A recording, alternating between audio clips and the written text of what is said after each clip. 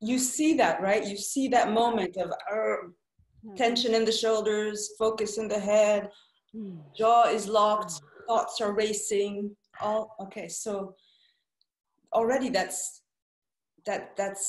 very good. But what we tend to do is we stop there. So we feel that constellation of tension, which is immediately labeled unpleasant, bad, unpleasant, and it refers back to some trauma from the past. Then, you know, there's all these layers that are, some of them are under the radar, some of them are known, and therefore we stop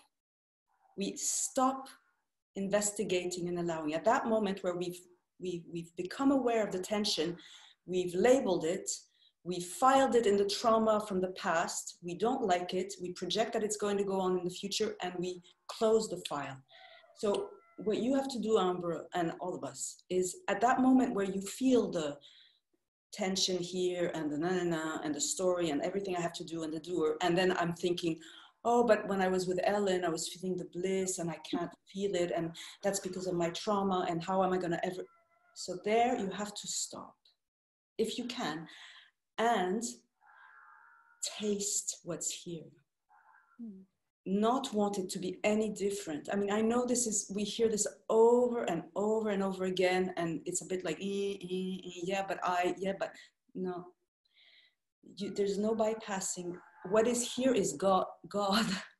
What is here and here and here is what is calling you. So you have to, I mean, I can't make you, nor can you make yourself. So it's like you somehow, grace, as you evoke grace, it's grace that at some point shows you the being with, the accompanying of experience, the letting experience be as it is, moment by moment, without any story, without how do you know that the doer is back?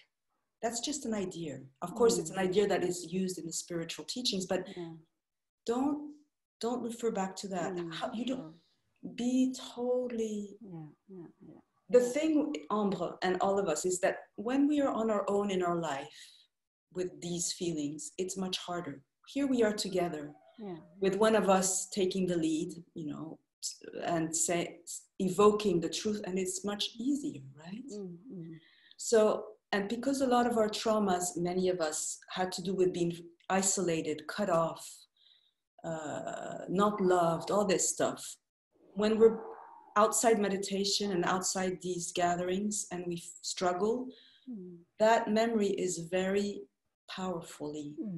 So it's again, like, try to remember that you are not unloved. You are not on your own, that we are all, one of us at that same very moment is struggling too. Try to find some intelligent means to reconnect your heart to the group that we form together, humans, all humans, but especially humans who are consciously turning back towards the truth. Try to connect yourself back to that, and it will make it easier.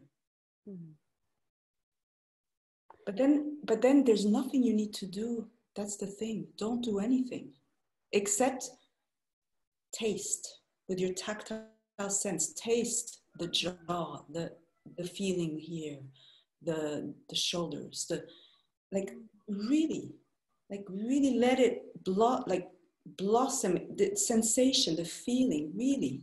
And then if you do that, a deeper layer will come, a deeper layer called fear or anger or rage. And again, don't be very, very respectful, like, oh, here comes a bigger wave. Okay, take me, I'm yours. You make your body available for it, and you bid your mind to be peaceful, to not get involved too much.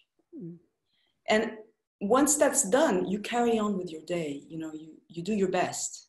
Go about your day. Don't sorry. And I say this for you, but I say it for me, and I say it for all who for whom this resonates.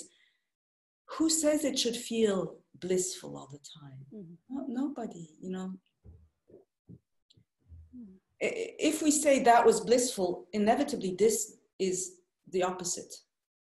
But if we just say this is what is, this is the wave of the moment. Actually, it's more that this is intensity, this is life, and life is intensity, flowing moment by moment. And sometimes it's red, and sometimes it's blue, and sometimes it's yellow, and sometimes it vibrates, and sometimes it...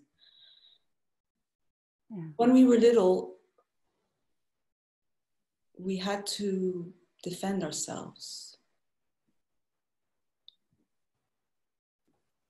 I think. At certain times in our lives when we were more vulnerable and dependent on our caregivers, we had to, and we learned some storylines, but now you could just bin all of that and start fresh. Start fresh. The you are not your body, replace that by you are all things. You're not just your body. Yeah, okay. And anyway, when you explore what the body is, you discover that it's just this flow of energies and sensations that appear in the same space as the sound of Ellen's voice, or right? So you have the means, Amber, to really establish now that it's not that you are not the body. We are the flow of experience moment by moment. We are not separate from it. So we are the body, as well as the sense perceptions, and everything that is perceived is the flow of what I am. So in that sense, I am the body. But I'm not exclusively the body, because to be exclusively the body, I have to create a kind of body of memory. That becomes a kind of web of tension that becomes the envelope for me. So that body you are not, because that body doesn't exist. Yeah, the body of the past. The body of the past doesn't exist, but it seems to exist. It's very, very convincing. So when you hear I am not the body, it's really saying you're not the body of memory. Yeah, sure. Okay? And you are not limited to the body. Okay? And then you also asked about how the body seems to be more me than the sounds or the perceptions, right? That's a very good investigation. This is called conditioning. The first place that awareness seems to identify with is the body-mind. Sorry?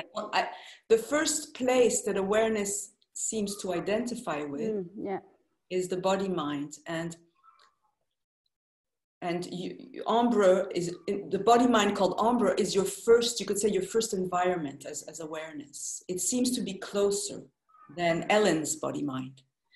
So, but again, if you were to really investigate, you would find that there is no such thing as Ombre's body-mind or Ellen's body-mind. There's just, but there is something true about what you say, and there's nothing wrong with that. You could say your body-mind is your garden.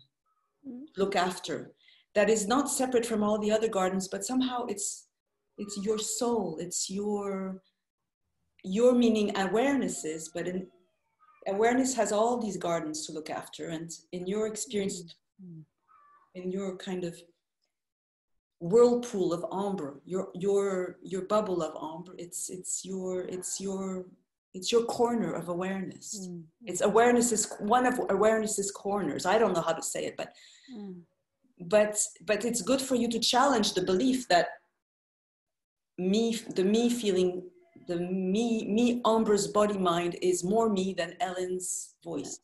The sensation in my heart area or in my head is more me than the sensation of Ellen's voice. You can challenge that. Yeah, I tried. We all feel that. We all feel that. It's very natural. And last, would you invite for a person who tend to go up in her head to try to, as this Aikido teacher says, would you invite to try to be more embodied? Yes.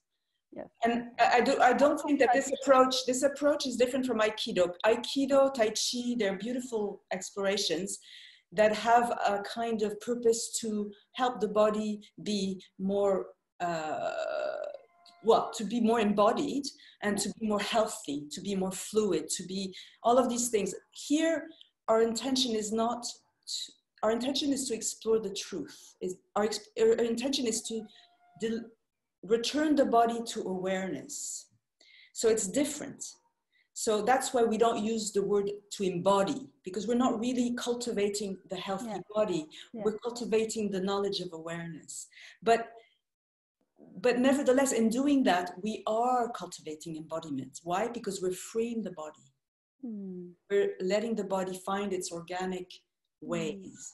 So when you hear your Aikido teacher saying, you know, this is the path of embodiment, go for it.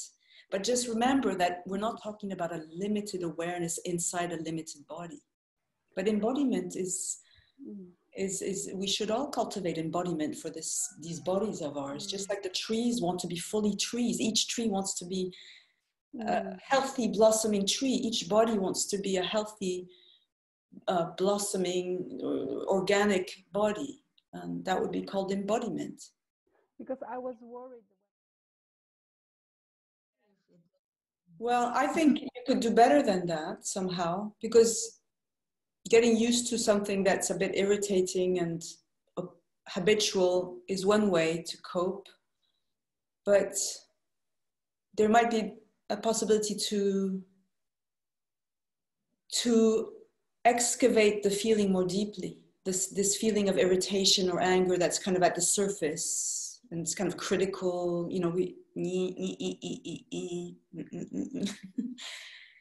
I would have thought that during moments of meditation, moments where you can stop, you might want to start there with the irritation and see if you can trace it a little bit more in the body, like if you can, as if you were digging gently around, like, you know, like first you have the weed, and then you're gonna go find the root, but don't do it too actively. Like, it's not an analytical process, it's a feeling process, a tactile process. So just invite the feeling.